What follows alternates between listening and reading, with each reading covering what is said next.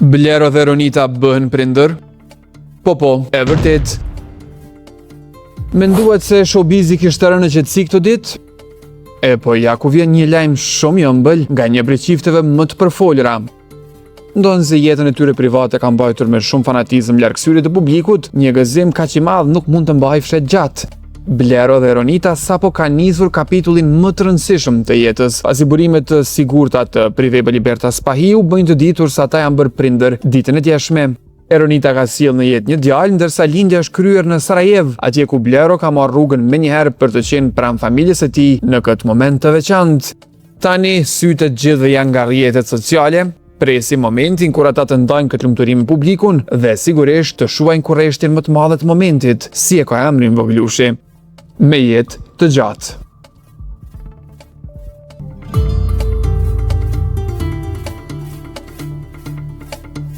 Plas mes Lutos dhe Benitës, me sa duket, e vërtet.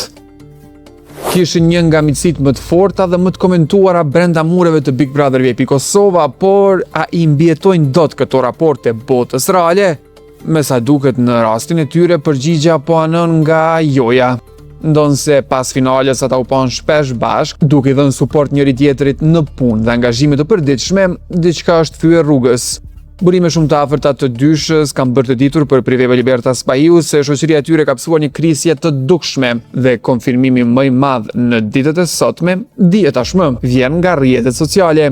Dyshja nuk e ndjek më njëri tjetrin në Instagram, një detaj ky që flet vet dhe jep sinjalin e qartë një distancë të krijuar mes tyre.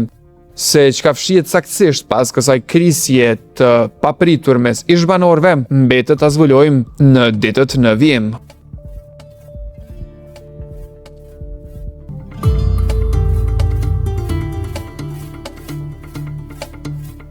Zbulohet ja të mbeturin shoqërinë treshi për sheshi, edhe kjo e vërtet. Shoqëria e famshme që njohim të gjithë nuk po kalon në ditët e saj më të mira. Prej kohësh po flitet për një ftoje mes Klodit, Londrimit dhe Elionës dhe ndonë se publikimi projektit After Party të Londrimit solli disa komente shpërndarje, sa për të hedhur hi syve në rrjet, dyshimet nuk u shuan, po ku ka zë nuk është pa gjë. Nëse deri para 1-2 javësh ata gjithsesi ruanin takimet, tani ftoja ka kaluar në një tjetër nivel. Urime për Priveva Liberta Spahiu konfirmojnë se aktualisht nuk ka fare komunikim mes tyre. Mësohet se është Lundrimi ai që ka mbetur i hatërmbetur, sidomos me Klodin, dhe kaq ka mjaftuar që të ngrihen raportet. Megjithatë, Lundrimi po vazhdon punën dhe pritet të publikojë klipet e radhës nga IP-ja.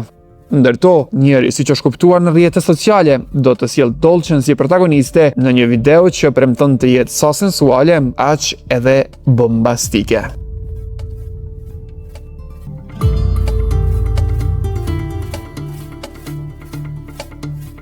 Martohet Oriola Marashi, pa vërtet.